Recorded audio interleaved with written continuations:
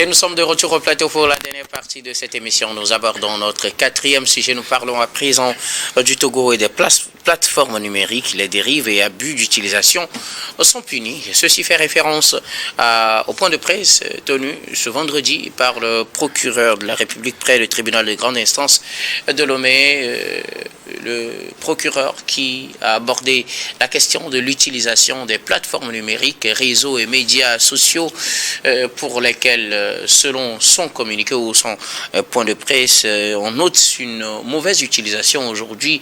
Il a rappelé les différentes dispositions légales en la matière avec des sanctions pénales. Nous en parlons avec nos invités, chers invités et chers téléspectateurs. Vous le savez, pour le quatrième sujet, la parole est à qui veut la prendre en premier pour ses observations et ses analyses. Chers invités, donc la parole est à vous. Adam ou Daimon? Oui, je pense que je vais entamer.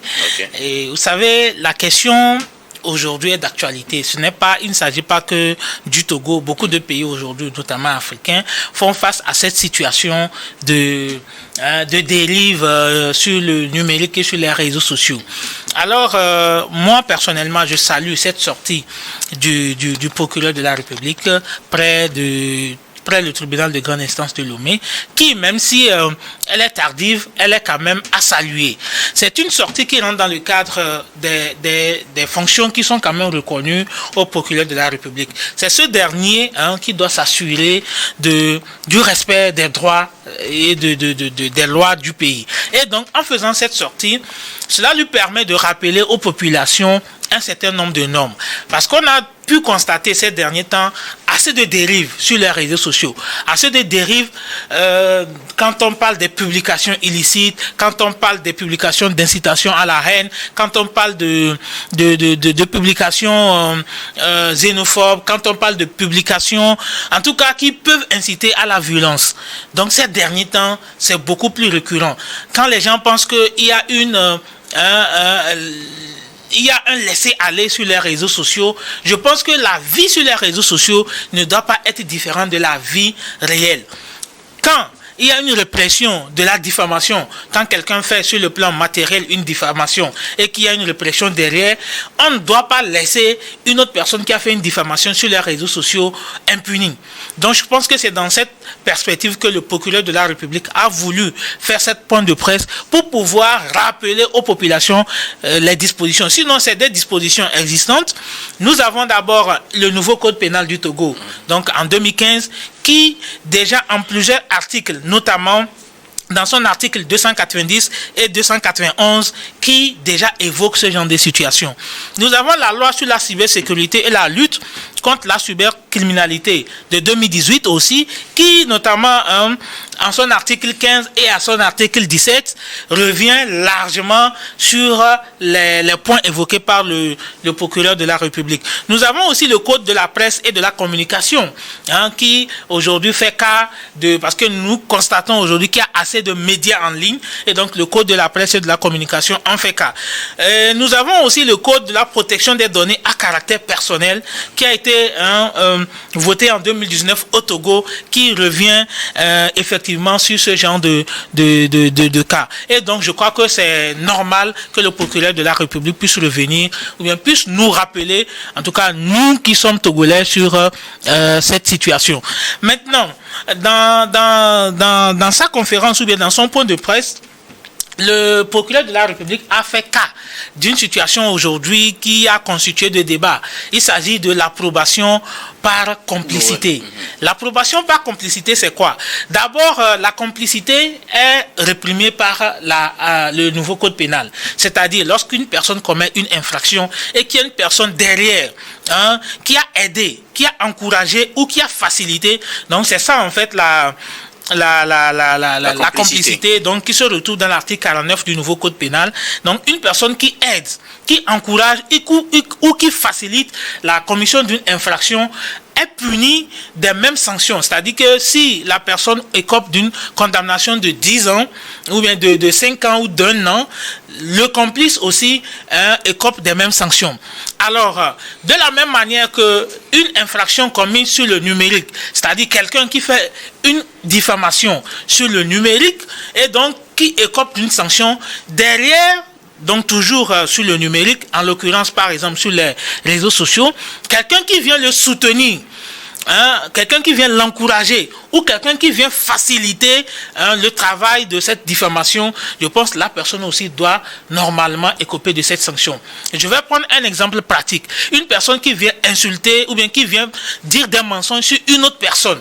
Et cette personne, peut-être qui a une visibilité, se permet de partager, de rediffuser ou de reproduire les dires de cette personne. Je crois qu'elle rentre logiquement dans le cadre de l'article 49 du nouveau code pénal qui parle de l'encouragement, de la facilitation ou bien du fait même d'aider cette personne à commettre l'infraction.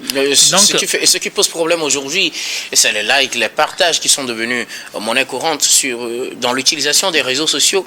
Mais s'il faut prendre complice tous ceux qui posent des likes ou partagent ou commentent des publications, est-ce qu'il n'y a pas finalement péril en la demeure? Non, il n'y a pas péril en la demeure. Je pense que les gens confondent beaucoup de choses. Vous savez, aujourd'hui, tout acteur qui est présent sur les réseaux sociaux est devenu un acteur public.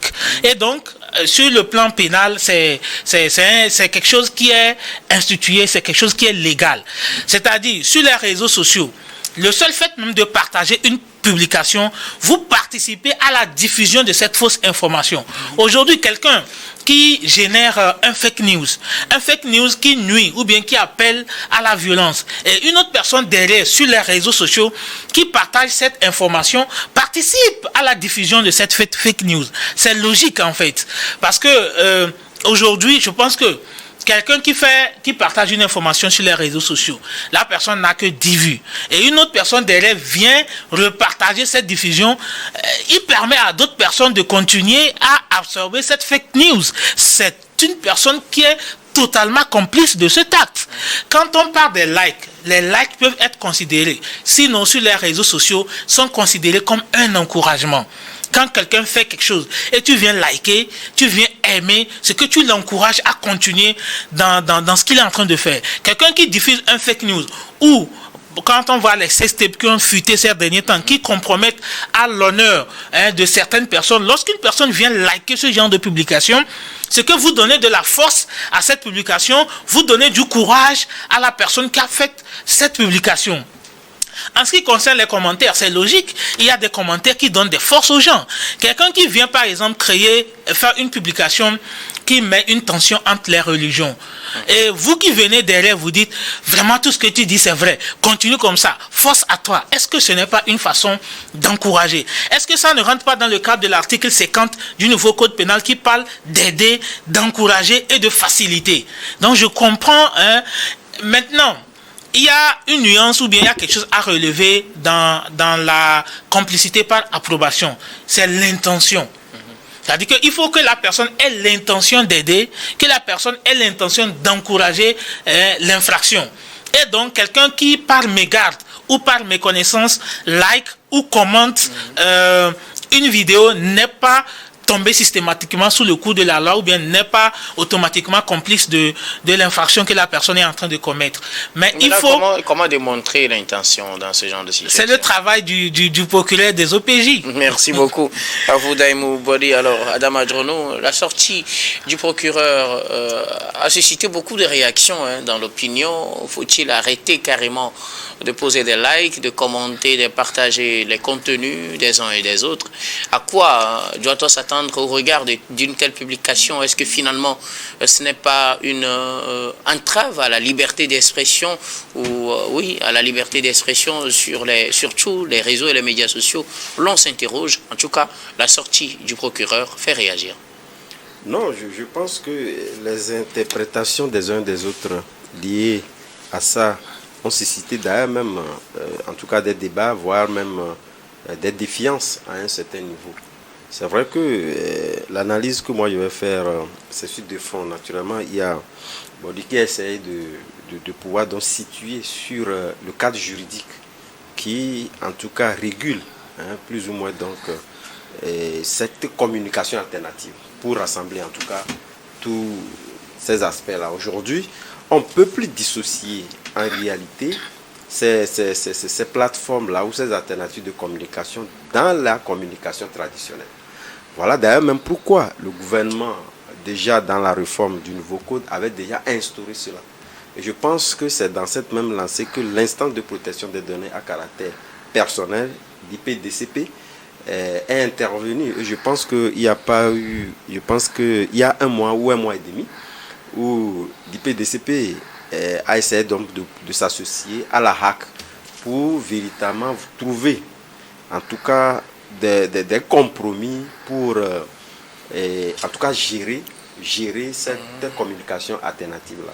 C'est vrai, lorsque vous n'avez jamais été victime, en tout cas, de ces partages et des contenus assez maladroits sur les réseaux sociaux concernant donc la vie privée et même la vie intime. Il parlait donc des sextapes récemment qui ont fuité peut-être par manipulation, une maladresse dans la manipulation, ça se retrouve. Donc vous voyez comment ça se fait, les commentaires qui vont avec, et c'est à vie. Lorsque cela vient sur cet espace-là, c'est à vie.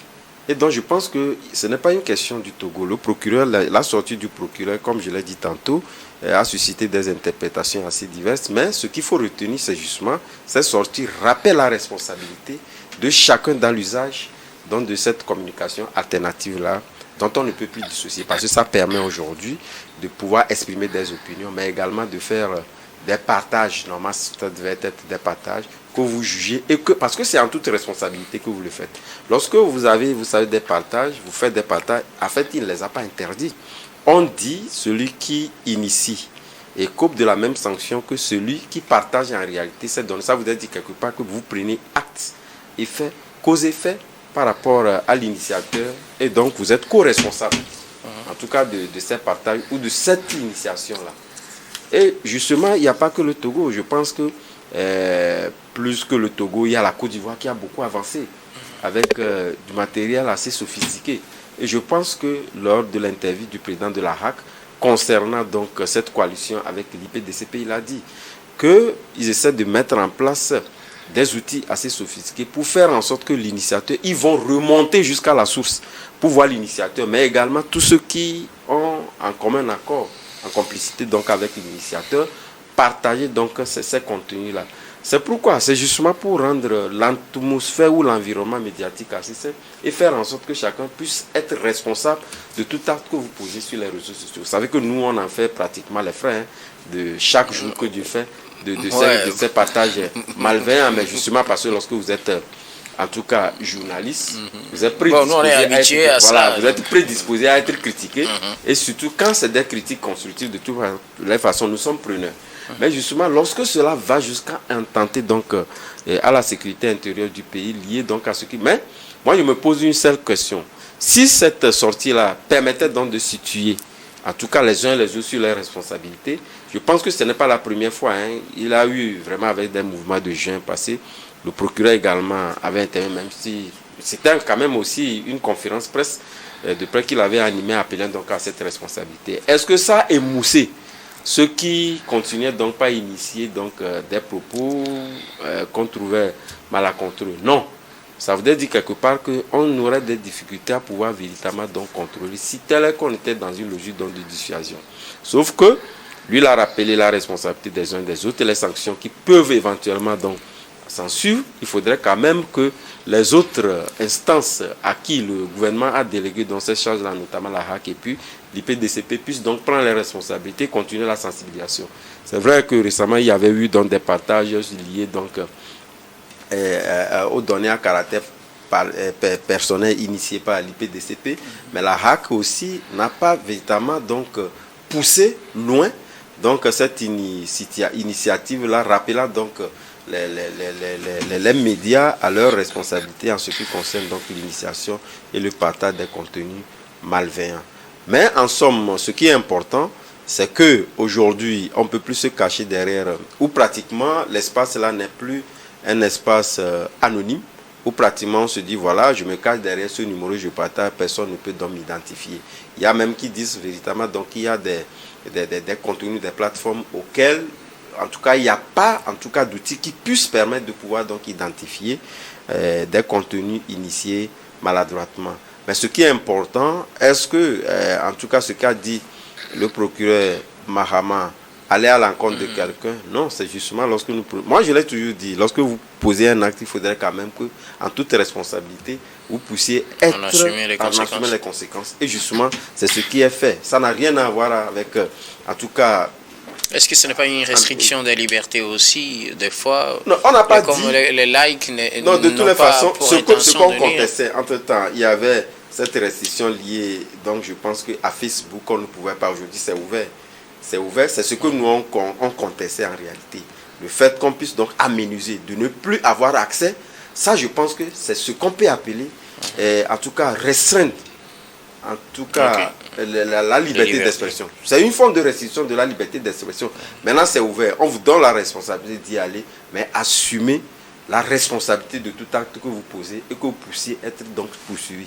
Et comme je l'ai dit, vous prenez, il y a plein, surtout le cas le plus cité aujourd'hui en Afrique de l'Ouest, c'est la Côte d'Ivoire en réalité, qui a mis en place des instances où pratiquement aujourd'hui les gens sont pris, vous venez vous répondre parce que vous avez initié un contenu. Si vous l'avez initié en toute responsabilité, il faudrait quand même que vous puissiez avoir également cette responsabilité d'y répondre. Donc, quelque part, de mon point de vue, ça n'a rien à voir avec la restriction. Et comme je l'ai dit, ce qui était donc restriction que moi je trouvais, c'est de pouvoir empêcher d'y aller. Et aujourd'hui, lorsque vous y allez, vous assumez la responsabilité. C'est ce qui est dit. Et je pense que chacun essaie quand même de tirer sa part de responsabilité dans la sortie du procureur.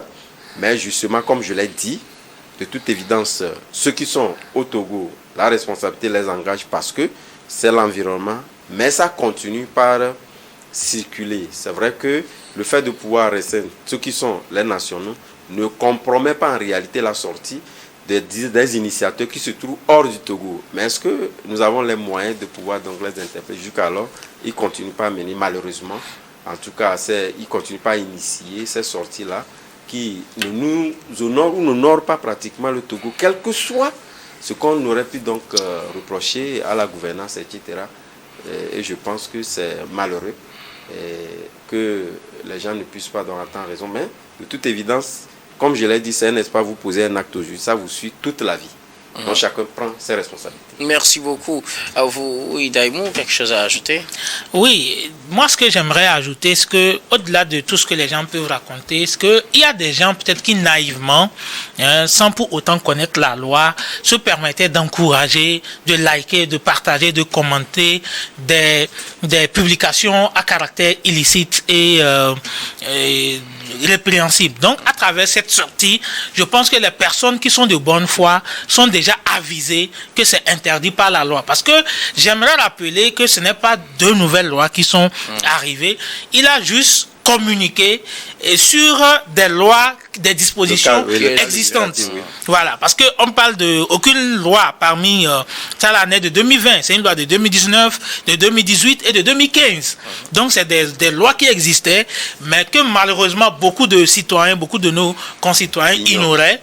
Voilà, donc c'est l'occasion pour que les gens qui sont de bonne foi soient au courant. On dit la loi, c'est la loi et nul n'est censé ignorer la loi. Et donc à partir de cette sortie du procureur de la République, on est tous censés être au courant qu'il y a une loi qui interdit la publication, la reproduction, l'encouragement et les commentaires des publications interdites. Quand on parle de publications interdites, il y en a assez. Il y a des publications à caractère sexuel, il y a des publications qui appellent à la haine, à la violence, à la violence entre les ethnies, à la violence entre les religions, des incitations, voilà, des haines. Donc tout ça là, toute personne qui est consciente sait que c'est interdit sur le plan, voilà, je parle de la vie réelle. Donc c'est de la même manière que c'est interdit sur le plan numérique. Maintenant, il y a eu aussi un débat autour de la territorialité de la sortie du procureur. Moi, j'aimerais juste rappeler que ici, on parle des lois qui s'étendent sur toute l'étendue du territoire. C'est-à-dire que le nouveau code pénal s'étend ou bien voilà, agit de Lomé à Séquencer.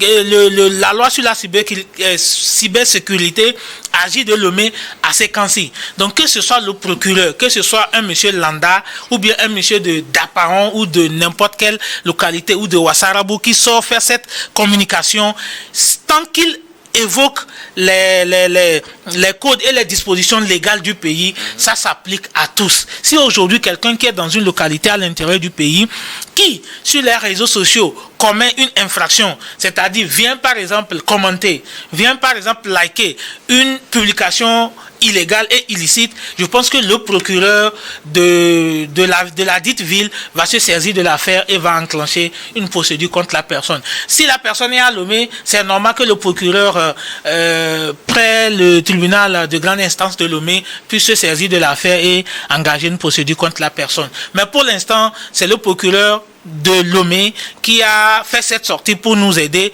Donc dans le cadre des... Je pense que c'est une sensibilisation qu'il a faite et qu'on doit le remercier pour cela. On doit plutôt le remercier. Donc il faut comprendre que ce n'est pas le procureur qui lui-même crée de nouvelles lois, Adam. Non, pas du tout. Comme je l'ai dit, lui l'a juste rappelé le cadre législatif existant concernant donc l'usage de cette communication alternative. Il n'y a rien de nouveau. C'est vrai qu'ici, par le passé, de toute évidence, il faut comprendre que sa sortie, en tout cas, rappelle en réalité, il y en a un qui copie, c'est vrai qu'il n'y a pas eu de communication là-dessus, il y en a. Ce n'est pas du nouveau. Dire qu'aujourd'hui, on ne commence pas à poursuivre des gens liés donc à l'usage malveillant de cette communication alternative. Il y en a qui copient aujourd'hui en prison liés donc à ces sorties-là parce que quelqu'un s'est plaint sur l'usage malveillant de sa personne ou de son image, etc. Mais justement, aujourd'hui, c'est pour rappeler à l'ensemble le cadre législatif existant sur l'usage de cette communication alternative-là et appeler chacun à sa responsabilité. C'est ce qu'il a fait. Il n'y a rien de nouveau. Lui, il a juste dit que voilà, lorsque vous le faites, il y a tel qui peut donc vous attendre. Et il n'y a pas que l'initiateur, celui qui partage également peut en faire les frais. Merci beaucoup à vous tous pour vos contributions. Nous arrivons pratiquement à la fin de ce numéro de Regard Croisé, mais avant de nous séparer, notre habituel dernier tour d'étape, ce sera pour vos mots de fin sur un sujet de votre choix. Je commence par vous, Daïmon. Bon, je vais continuer dans la même perspective que le sujet sur le Togo, donc en rappelant à toutes et à tous sur les réseaux sociaux et sur le numérique à beaucoup plus de responsabilités. Et vous savez, aujourd'hui, les choses ont tellement évolué. Il y a ce qu'on appelle les métadonnées, il y a ce qu'on appelle l'adresse IP lorsque vous faites une publication et l'État a les moyens aujourd'hui de pouvoir remonter à la source de la diffusion.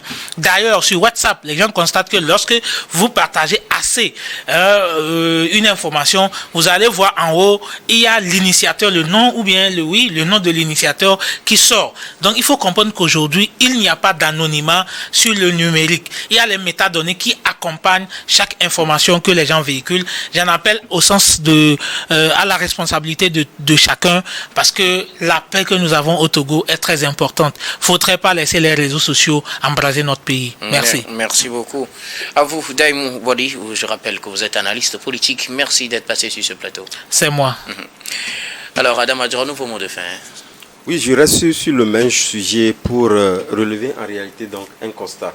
Un constat tout simplement parce que lorsque nous remontons ou pratiquement nous voyons aujourd'hui ce qui se passe, vous prenez les enfants. C'est vrai que vous verrez que dans des familles, des parents qui n'ont pas peut-être l'habitude de parler français à leurs enfants, de leur apprendre un certain nombre de choses, mais qui vont sur des plateformes où cela s'enseigne. Vous allez voir les dessins animés, etc.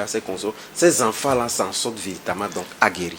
Aujourd'hui, nos pays sous-développés, nous essayons donc de prendre l'exemple, voilà, des enfants de la Chine. Et la Chine est souvent citée en exemple contenant du fait qu'il y a des restrictions sévères sur l'usage de la communication alternative, surtout à un âge donné. Et les enfants, aujourd'hui, si nous, citoyens, nous commençons déjà pas à partager des contenus bienveillants qui suscitent en réalité à l'apprentissage, qui suscitent à l'innovation, je pense que d'ici peu, nous aurons quand même une société qui se débarrassera d'un certain nombre de choses que de pouvoir rester dans le partage des contenus malveillants qui en réalité ne nous apprennent pas grand-chose. Donc je pense que si nous partons sur le constat que nous pouvons faire de ces usages-là pour transformer notre monde, pour transformer le Togo, quand même il faut véritablement donc percevoir cette sortie-là du bon côté que de pouvoir véritablement le prendre du mauvais côté. Merci beaucoup à vous, Adam Adjonon. Je rappelle que vous êtes journaliste et analyste politique. Merci d'être passé sur ce plateau. C'est moi, docteur. Nous disons également merci à toutes les équipes techniques et rédactionnelles qui nous ont aidés à préparer et à présenter cette émission. Merci beaucoup à Aimé Roland comme la gamme ici à la réalisation, à Stéphane Courneau à la caméra et aussi à tous les techniciens qui nous ont accompagnés. Grand merci à vous, très chers téléspectateurs, de nous avoir suivis. C'est la fin de ce numéro. Je vous retrouve demain avec le même plaisir pour un autre numéro de Regard Croisé.